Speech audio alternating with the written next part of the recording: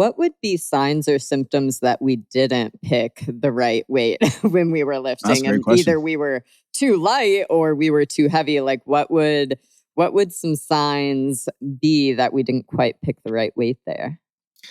Yeah, I mean, if it's too heavy, you're hitting failure and you're compromising your form.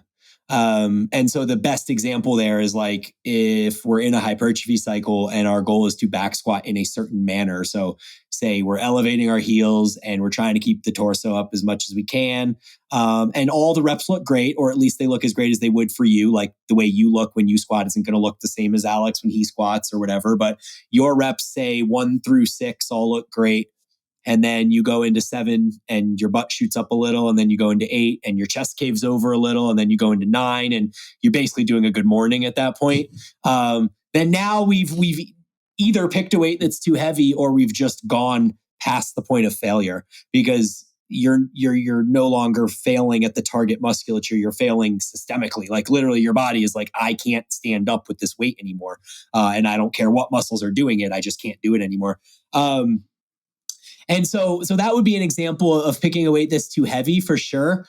But as far as picking a weight that's too light, it kind of goes back to what we talked about in the beginning when we're trying to gauge reps from failure, which is that we want to see the rep speed slow down. And so, if the rep range is 8 to 12 and you're getting 20, yes, one could argue that the weight is too light. I would argue that it's almost only too light if you're not reaching a point where your reps are slowing down. I guess it's still an oops because the rep range is 8 to 12. But as long as you're reaching the point where you're trying as hard as you can to accelerate the load and it's just not moving quickly, then you're getting into those effective reps. And so that set is effective.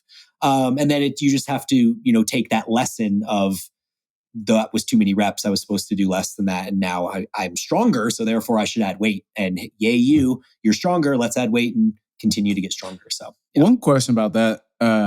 So if you land, let's just say if like 8 to 12 reps is the range, if you land at 8 with 2 in reserve, should you go up the next time? Or should you try to end up up in weight? Or should you try to hit the 12 reps the next time? Like, what do you think is more? You mean up in weight the next session, like session, a week later? Yeah, like the week. Yeah. That really depends on what area of the rep range you want to use. So for me, I personally love single progression. I think for most people, double progression makes more sense. And so I'll talk about that in a second. But I love single progression. I love I'm going for 8. I hit 8. So next week, I'm going to add the smallest amount of weight that I can. For me, it's micro loading, usually 2 pounds, 2.5 pounds, depending on the movement, whatever it is. And then next week, I'm going to try to get 8 again. Mm-hmm. But this time, instead of 2 to 3 reps from failure, maybe it's 1 to 2 reps from failure because I added weight. But there's nothing wrong with taking the double progression approach, which would essentially be, hey, I made 8 with 2 reps from failure. Well, next week, I'm supposed to do 1 rep from failure. So I should obviously get 9. Because if 8 was 2 reps from failure, then 9 would be 1 rep from failure. But then maybe I got a little stronger in the week as well. Maybe there was some adaptation to progressive overload. So maybe I get 10 with 1 rep from failure, whatever it is. And then the next week, say we go to 0 reps from failure. So you get 11. There's some natural progression built into that just by the objective of working closer to failure. But also, alternatively, if your RIR is static, your reps from failure is static, and you just maintain 2 reps from failure every week, then yeah, you could take the approach of I'll wait till I get 9, then wait till I get 10, then wait till I get 11, then wait till I get 12. And that's fine too. I think what you'll find with certain people and certain movements is that over time, you'll realize you don't respond super well to one type of progression. And so the best example I can use is with weighted pull-ups. I can literally be at 5 or 6 reps with a weight, and I will never get to 7 reps. I will never get there. But I can add 2.5 pounds and maintain 5 or 6. I can add 2.5 pounds the next week and maintain 5 or 6. I can progress in small increments with the same low rep range, but I will never get an extra rep on that movement. So in that case, I would be beating my head against a wall if I was like, well, I need to get to 8 before I raise the weight again, because I would just never get there. And so I think there's some individuality in there as well. That makes sense.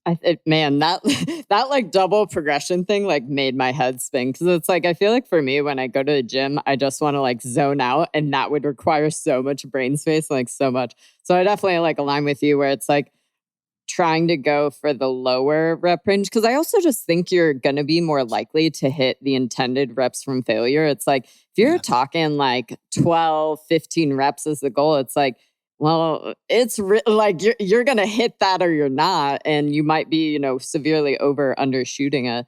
So it's like, I definitely, it's like even with our members, I'm like, go for the low rep range. Like if you have the equipment, like probably go for the lower rep range. That's such a good point. I'm really glad you brought that up, because there's studies showing that our accuracy in gauging reps from failure gets worse as the reps get higher, because there's so many confounding variables like lactic acid accumulation. So you're doing a set of leg extensions and you're at rep 15 and everything in you wants to stop because the burn is so gnarly, but you actually can keep going. Like if someone had a quote gun to your head, you could keep going.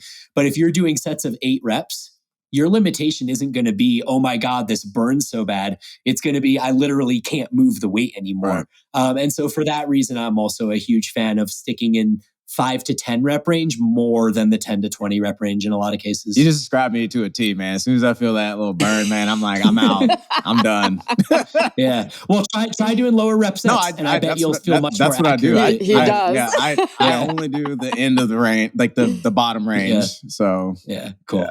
Cool. Well, and that's where like Alex and I differed, because he's always been like that, where it's like whatever the lowest rep range is, he's always there. And I fell into the trap of like, I was just thinking, okay, well, if I'm doing more reps, like I'm getting more out of this movement. And that's not necessarily the case, right? So it's like, I remember one day I was like talking to you about this, Brian, and you were like, yo, like go heavier, go for the lower rep range, like ignore the top one. Like, yeah, if you end up there, whatever. But that was a huge thing for me, because I would always choose the higher rep range, because I was like, oh, well, I'm doing more. I'm going to get more out of it. And then you kind of took me to church. And then since then, I'm like, low bottom of the rep range. Let's go. Well, when you go for the top of the rep range, you also have that psychological problem of like I remember you used to be like, well, I just want to hit 12 for everything because it's the top of the rep range.